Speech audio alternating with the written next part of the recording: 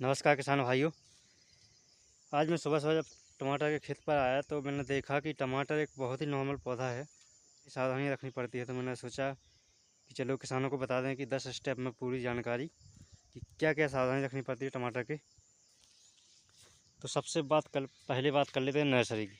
टमाटर की जब हम नर्सरी बोएँ तो सबसे पहला स्टेप है कि जहाँ पर आप नर्सरी बोएँ वहाँ पर मिट्टी को, जैसे घास फूस आपके मतलब फार्म पर होता ही होगा, फसल बोते हैं या कुछ भी बोते हैं तो उसका प्याल याल होता है, या जो घास पटाते हैं उसको सुखा करके उस जगह पर जला दें।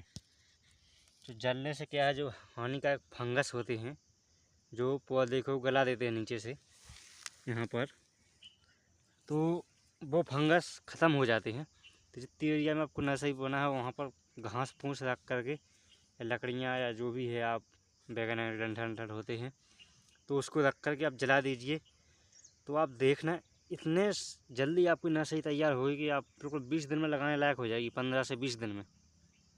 तो सबसे पहला काम तो यही करें, आपकी जहाँ भी नर्सरी बोए वहाँ थोड़ा कुछ जला दें ऊपर, और उसके बाद में जब मतलब 10-15 घंटे बाद उसकी गुड़ाई करके नर्सरी बो दें। देखिए मैंने यहाँ पर नर्सरी बोई थी, ये नर्सरी मेरी मतलब लग गया है यहाँ का पौधा, कुछ बचे हुए छोटे छोटे से थे जो। तो सबसे पहला स्टेप, आप नर्सरी उस जगह बोएँ जहाँ पर घास फूस जला करके, तो आपका एक भी बीज नहीं मरेगा, वो दाने दाने से उगेगा। आप कोई फंगीसाइड दवा भी ना मिलाएं फिर भी आपका एक भी दाना नहीं मरेगा, बिल्कुल बहुत ही जल्दी नर्सरी तैयार हो जाएगी। तो अब दूसरी बात कर लेते हैं। जब आपकी नर्सरी 15 से 20 या 25 दिन तक की हो जाए, पौधे पर डिपेंड करता है, ज़मीन पर डिपेंड करता है। किसी किसी ज़मीन में 25 दिन लगते हैं, किसी में 15 से 20 दिन में नर्सरी तैयार हो जाती है टमाटर की। तो जब आपकी नर्सरी, पौधा कितना होना चाहिए, लगभग 5 से 6 इंच का, देखिए इतना। और जो पत्तियां हैं इसमें हमारे कम हैं क्योंकि ये छोटे हुए पौधे हैं बात के। तो आपकी कम से कम 4 से 6 पत्तियां हो जाएं इस प्रकार से, तो आप रोपाई लायक हो जाता है पौधा। तो उसकी रोपाई कर दें।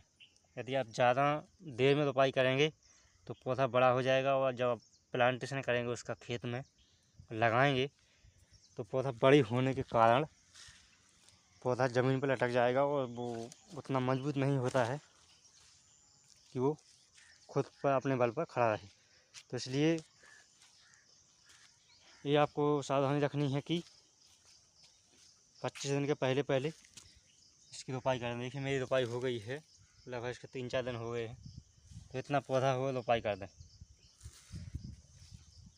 अब तीसरा स्टेप है कि रोपाई के पहले ना रोपाई के बाद में आपको यूरिया तो बिल्कुल नहीं देना है। मैंने देखिए इस टमाटर है जो इस लाइन मतलब एक लगा है, तो उसमें मैंने इसके बगल में मैंने ककड़ी लगाई थी। तो उसमें क्या हुआ कि मैंने ककड़ी में यूरिया डाला, तो बारिश का समय था तो इसके जड़ों के पास भी, यहाँ देखिए ककड़ी लगी थी तो यहाँ ये टमाटर है, तो इतना ज़्यादा दूरी गैप नहीं था, 2 फुट का गैप था। तो उसकी जड़ों ने अवशोषित कर लिया होगा। और देखिए अब टमाटर की वृद्धि लगभग मेरा टमाटर 6 फीट की हाइट का है। 6 फीट, देखिए 6 फीट की हाइट का है, मेरे 5 फीट की हाइट है, मुझसे भी बड़ा हो गया देखिए। तो यह है टमाटर की कंडीशन। तो आप यूरिया कभी भूल के मत डालिए, और जब आप यूरिया डालेंगे तो आपका फल भी सड़ेगा। यदि आप सहारा नहीं कर पाएंगे इस प्रकार से मेरी तरह, तो आपका फल भी नीचे ज़मीन पर सड़ेगा ज़्यादा। तो तीसरी बात, आप यूरिया बिल्कुल नहीं डालें, नाइट्रोजन होता है जो, तो वो खाद बिल्कुल भी नहीं डालें। आपको डालना था फास्फोरस और पोटाश डालिए। और बाकी जैविक खाद आने लगे हैं आजकल, तो जैविक की कोई भी क्वालिटी डाल सकते हैं आप। धानुका की धनियाम है या इफ़को का है, सागर का, तो इनमें से आप कोई भी डाल सकते हैं, और भी कई है मार्केट में। तो आप जैविक खाद डालिए टमाटर में तो आपका उत्पादन अच्छा होगा। उसके अलावा जो माइक्रो न्यूट्रिएंट्स हैं उसका स्प्रे कर सकते हैं।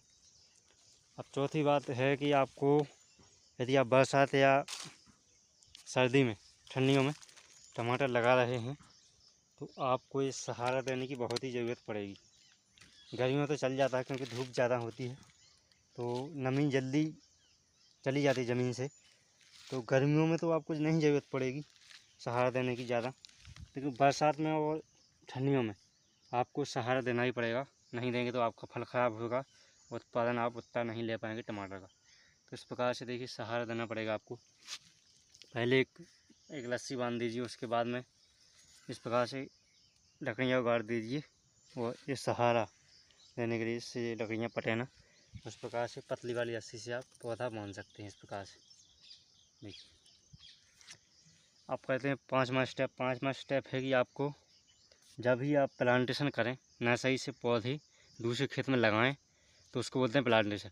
जब भी आप प्लांटेशन करें तो फंगीसाइड रख लीजिए। टमाटर लगाना है तो 1 किलो में या आधा किलो में, तो आप 15-20 दिन के अंतर पर स्प्रे करते रहें, क्योंकि टमाटर है जो बहुत ही नॉर्मल पौधा है। देखिए ये अब यहाँ आपको कुछ दिख रहे होंगे, उसके रंध होते हैं टमाटर के।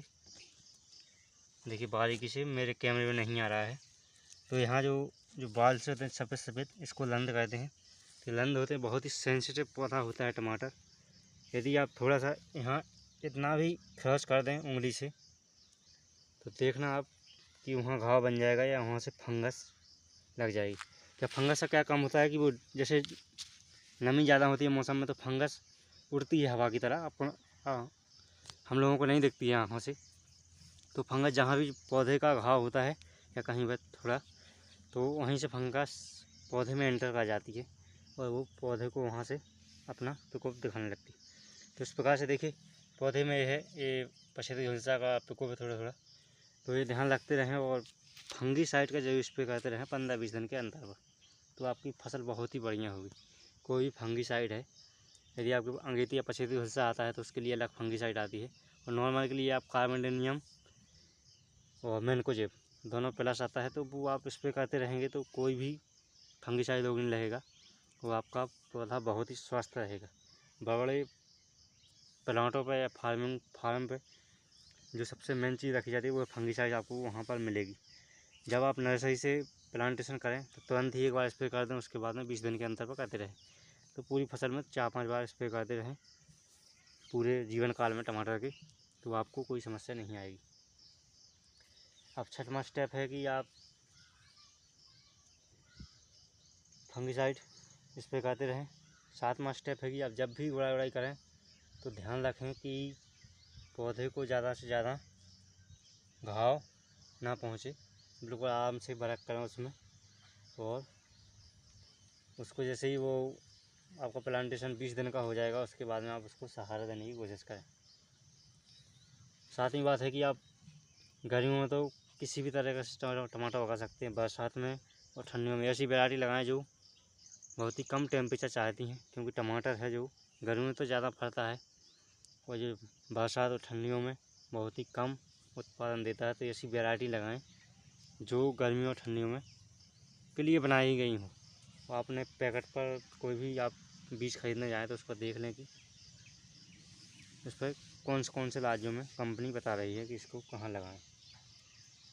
8वीं बात है कि आप टमाटर की सिंचाई बहुत ही कम करें।